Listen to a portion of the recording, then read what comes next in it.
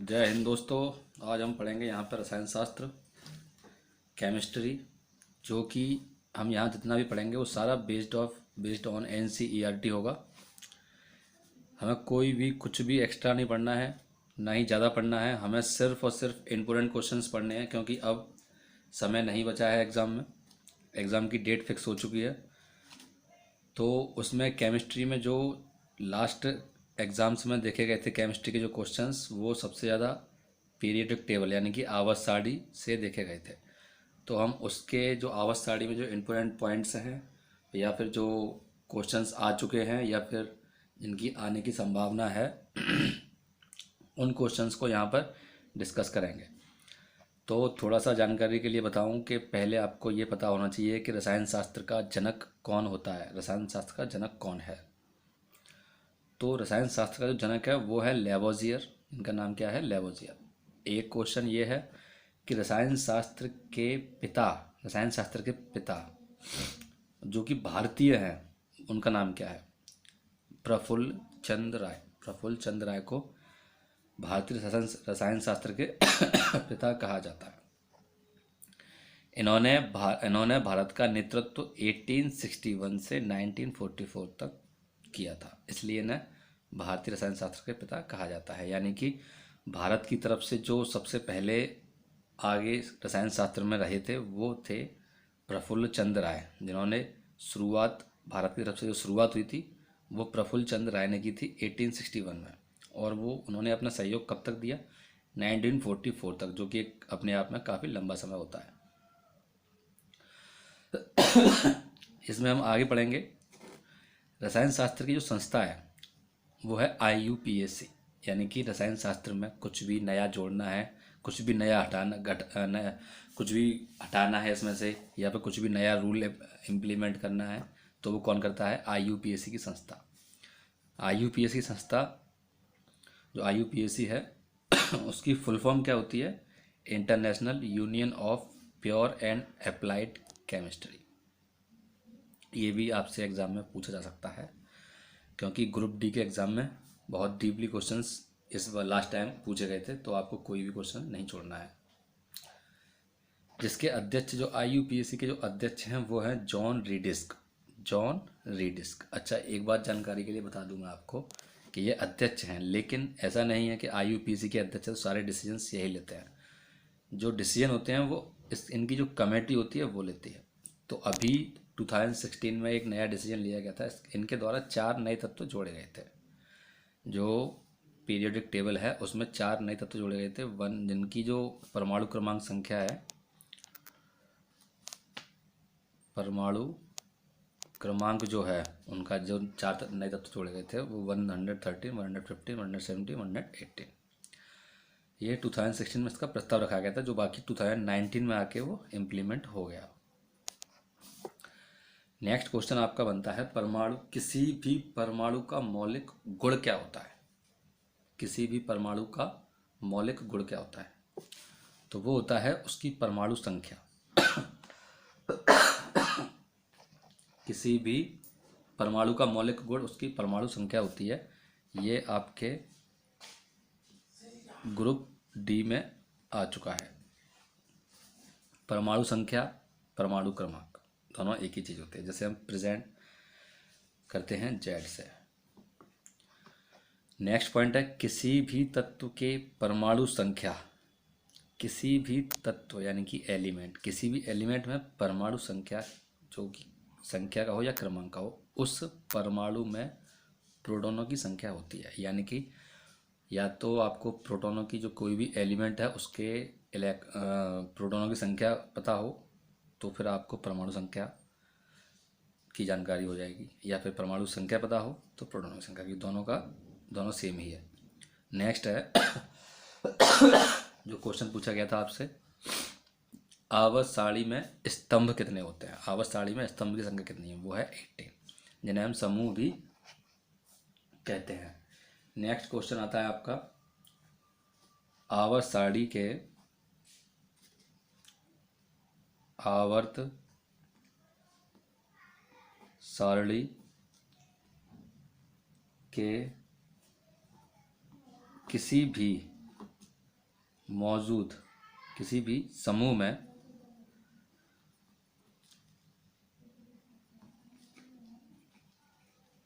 Electronic विन्यास जो होता है की संख्या क्या होती है, की संख्या किस प्रकार होती है। तो उसका आप आंसर सिर्फ एक सेम सरल शब्दों में है, आवर्त सारणी के किसी भी समूह में, यानी कि आवर्त सारणी जो है उसके 18 समूह होते हैं, तो उसके किसी भी समूह में अगर उनकी इलेक्ट्रॉन विन्यास की संख्या पूछी जाती है तो वो सब में, यानी किसी भी समूह में मौजूद सारे तत्व जो होते हैं उनकी इलेक्ट्रॉन जो संख्या होती है वो समान होती है। एग्जाम्पल में जैसे कि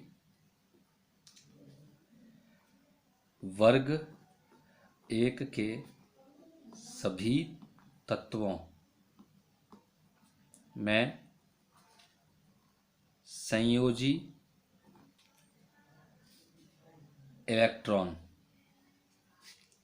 की संख्या कितनी होती है, यानी कि वर्ग अगर फर्स्ट है, वर्ग प्रथम है, तो उसके सभी तत्व, सभी एलिमेंट्स में संयोजी इलेक्ट्रॉन की संख्या कितनी होगी, एक।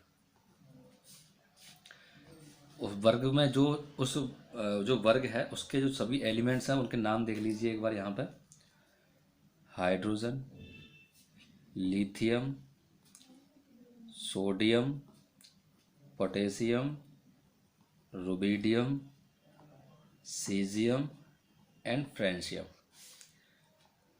तो वो यहाँ से जो तत्व है वो हम जो उसके स्टडी करते हैं वो यहाँ से करते हैं। अगर हम किसी भी, अगर हम फर्स्ट वाले समूह की बात करते हैं हम यहाँ से स्टडी करना शुरू करते हैं। इसका नंबर क्या है, थर्ड, इसका क्या है 11, इसका क्या है 19, इसका क्या है 37, इसका क्या है 55 और इसका है 87। आवर्त सारणी को आप याद कर लेते हो या फिर समझ लेते हो तो उससे सबसे इजी हो जाता है कि आप एक तरह से समझ लीजिए कि जो आपका जो कंपटीशन एग्ज़ाम्स जो होते हैं उसमें जो मोस्टली 70 to 80% जो केमिस्ट्री आती है वो आवर्त सारणी से ही आती है। आवर्त सारणी में उसके जो तत्व होते हैं या तो आवर्त सारणी से पूछेगा क्वेश्चन, या फिर आवर्त सारणी में जो उसके एलिमेंट्स हैं उससे संबंधित क्वेश्चन पूछता है, या फिर एलिमेंट्स की जो परमाणु क्रमांक क्या है वो पूछ लेता है, ऐसे पूछ सकता है वो। या वो पूछ लेता है कि क्षारक धातु कौन सा है, यह किस तत्व किस समूह में मौजूद है, या फिर यह आवर्त सारणी के किस साइड में मौजूद होता है। तो वो सारी चीज़ें हम पढ़ेंगे। तो अगर हमें देखो आवर्त सारणी में हम थोड़ा सा पढ़ लेते हैं तो हम उनके परमाणु क्रमांक को भी आराम से निकाल सकते हैं। जैसे कि ये एक चीज़ देखिए, एक सीरीज बनती हुई दिखती है यहाँ पे हमें 8 8 18 18, ये 32। ये जो सीरीज होती है एक ये वाली भी होती है हाइड्रोजन हीलियम, ये 2। ये मैंने हाइड्रोजन आपको अलग हटा के इसलिए बताया क्योंकि आगे जो ये पहला वर्ग है जिसमें हाइड्रोजन एक एक्स्ट्रा दिया हुआ है, अदरवाइज आगे जाके जो 4-5 समूह आते हैं उसमें ये वाला हट जाता है, फिर यहाँ इतने काउंट रह जाते हैं 1 2 3 4 5 6 इतने रह जाते हैं। तो ये यहाँ पे हाइड्रोजन हीलियम ये फर्स्ट था, ये थर्ड हो गया। कितना डिफरेंस, 2 का। इसमें 8 का डिफरेंस आएगा, फिर 8 का डिफरेंस, फिर 18 का, फिर 18 का, फिर 32 का। इसी प्रकार जब हम दाएं से बाएं जाते हैं आवर्त सारणी में, जैसे कि आवर्त सारणी ये बनी हुई है इस तरीके से, तो हम इधर से जब हम इस साइड में जाते हैं तो क्या होता है, इसी क्रम में चलते जाएंगे। नेक्स्ट क्वेश्चन देखते हैं।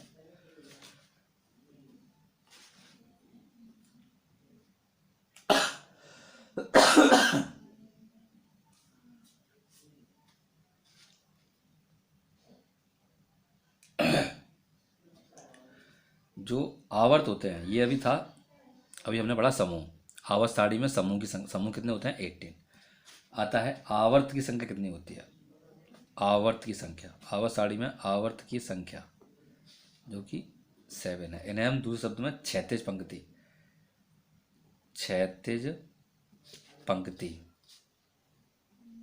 भी कहते हैं। आवर्त सारणी में स्तंभ की संख्या 80, आवर्त सारणी में समूह की संख्या कितनी होती है, आवर्त की संख्या कितनी होती है 7। याद रखना इस चीज़ को, बहुत ही इंपॉर्टेंट है। नेक्स्ट देखते हैं, क्वेश्चन आता है कि पहले आवर्त में तत्वों की संख्या कितनी है। पहले आवर्त, अच्छा एक चीज बता दूं, जैसे कि ये आवर्त सारणी है इस टाइप से, तो क्या है, ये जो इस टाइप से यूं खड़े हैं वो होते हैं स्तंभ, और जो इस तरीके से लेटे हुए हैं उन्हें हम आवर्त कहते हैं। तो जो प्रथम आवर्त है तो उसमें तत्वों की संख्या कितनी है 2। वो कौन कौन से होते हैं, हाइड्रोजन जो फर्स्ट पे हो गया, और ये हीलियम जो सबसे लास्ट पे हो गया 18 नंबर पे, और ये फर्स्ट नंबर पे। एक नेक्स्ट क्वेश्चन आता है, हमें कुछ भी एक्स्ट्रा नहीं पढ़ना है दोस्तों, हमें सिर्फ और सिर्फ इम्पोर्टेंट क्वेश्चंस ही पढ़ने हैं जो कि आवर्त सारणी से निकलते हैं। आवर्त सारणी में छोटे आवर्त कौन से हैं, छोटे आवर्त कौन से होते हैं, वो होते हैं 2 and 3, 2 and 3 छोटे आवर्त। नेक्स्ट क्वेश्चन है,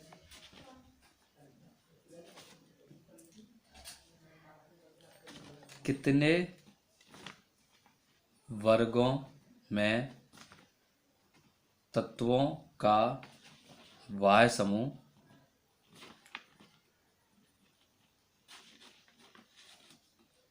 बाह्य कोश अधूरा है।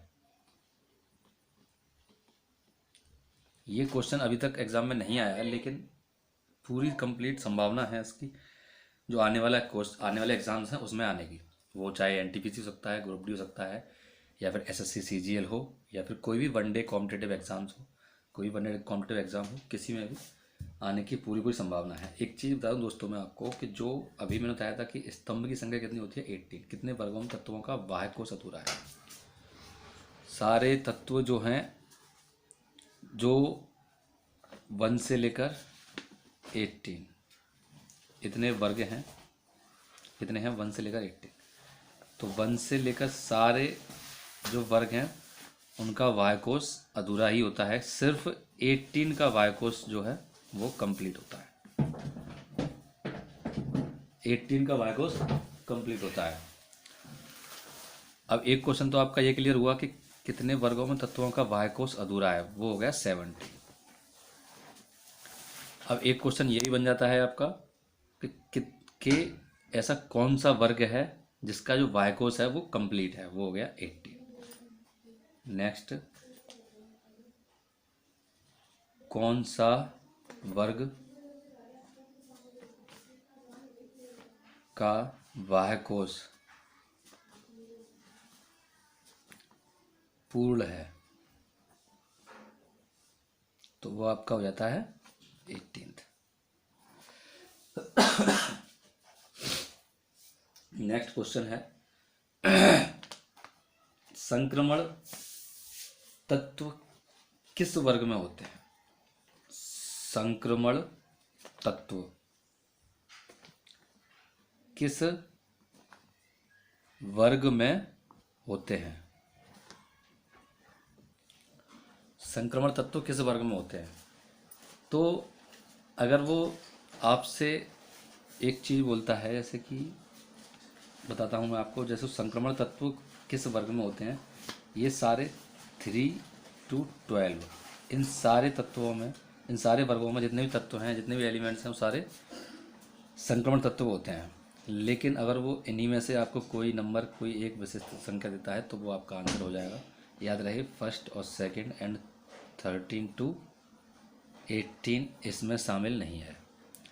3, 4, 5, 6, 7, 8, 9, 10, 11, 12 तक जितने भी एलिमेंट्स हैं वो सारे किस प्रकार के हैं, संक्रमण। नेक्स्ट क्वेश्चन है,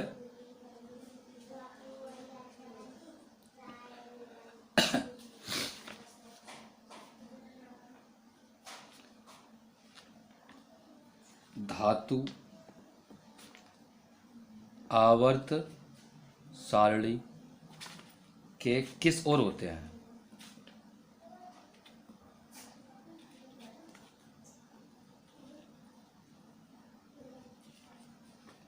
इसका सही आंसर हो जाएगा बाईं ओर।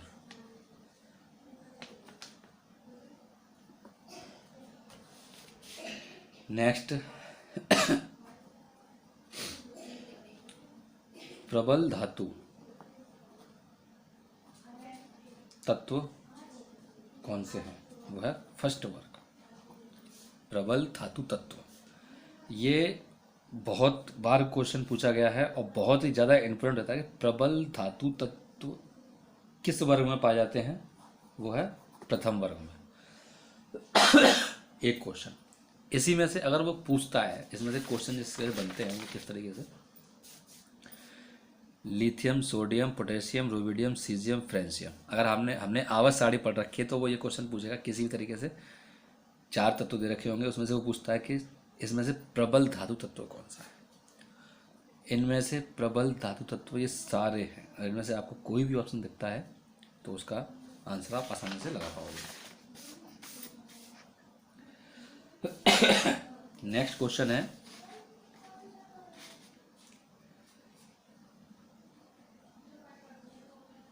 क्षारीय मृदा धातु तत्व किस वर्ग में होते हैं?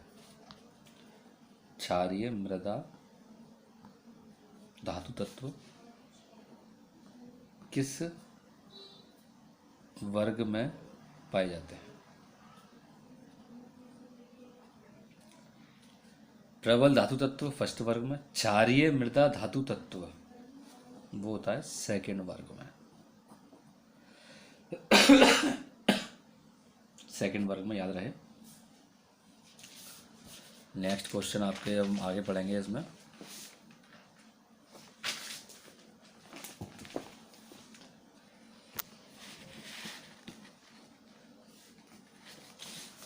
नेक्स्ट क्वेश्चन आता है अधातु, ये होगा धातु, प्रबल धातु, ये क्षारीय धातु। अब आता है अधातु आवर्त सारणी में किस ओर होते हैं? देखो ये क्वेश्चन देखने में बहुत इजी है, मुझे पता है, लेकिन जैसे मैंने आपको बताया कि हमें आवर्त सारणी में हर एक चीज़ पढ़नी है बहुत ही बेसिक स्तर से, जैसे हम एनसीईआरटी बेस्ड बोलते हैं, तो उस तरीके से मैंने सारे क्वेश्चंस लिए हैं। तो अधातु आवर्त सारणी में किस ओर होते हैं, तो उसका आंसर क्या हो जाएगा? ये किस ओर थे? धातु आवर्त सारणी में बाईं ओर थे, तो ये किस साइड हो जाएंगे? दाईं ओर।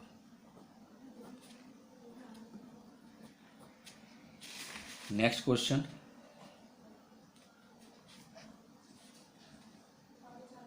प्रबल अधातु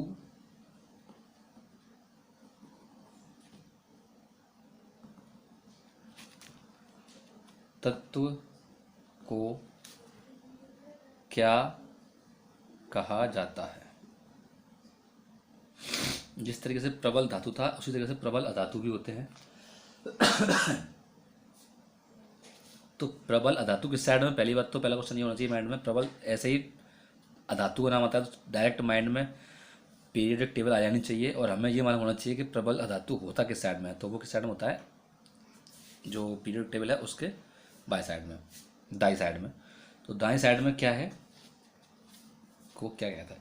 ये होता है एक हैलोजन, हैलोजन कहा जाता है, और चैकोजन, चाकोजेंस। प्रबल अधातु तत्वों को क्या कहा जाता है? वो ऑप्शन में ये दे सकता है आपको, या ऑप्शन में ये दे सकता है, दोनों आपको नहीं देगा वो, हैलोजन या फिर चाकोजेंस। अब हैलोजेंस वाले जो तत्व हैं, जो एलिमेंट हैं, वो किस प्रकार से हैं? Fluorine, chlorine, bromine, iodine, astatine, ये सारे किस में हैं? हैलोजन तत्व, हैलोजन में। और चाकोजेंस के जो तत्व हैं, एलिमेंट्स हैं, वो है oxygen, sulphur, selenium, tellurium and polonium. ये सारे तत्व किस में आते हैं? ये आते हैं चाकोजेंस में। इन्हें याद करने का तरीका: fluorine, chlorine, bromine, iodine, astatine.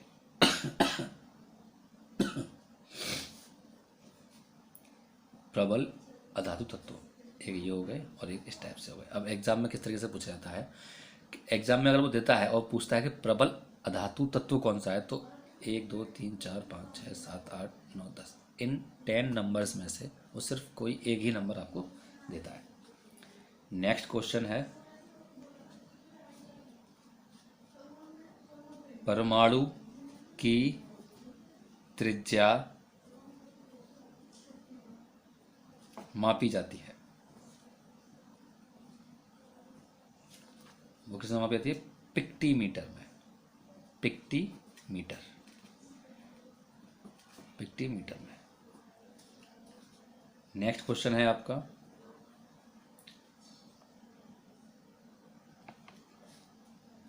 सबसे बाहरी कोश में इलेक्ट्रॉन की संख्या हो सकती है कितनी? 8। Next question and last question of the day, अफबाउ सिद्धांत का अर्थ क्या होता है? ये बहुत इंपॉर्टेंट क्वेश्चन है, क्योंकि आपने अफबाउ का सिद्धांत सबने पढ़ रखा होता है, जो भी साइंस के स्टूडेंट्स हैं सबने पढ़ रखा होता है, लेकिन किसी को ये नहीं पता होता कि अफबाउ सिद्धांत का अर्थ क्या होता है। तो वो होता है एक एक करके जोड़ने का सिद्धांत। एक एक करके जोड़ने का सिद्धांत ही अफबाउ का सिद्धांत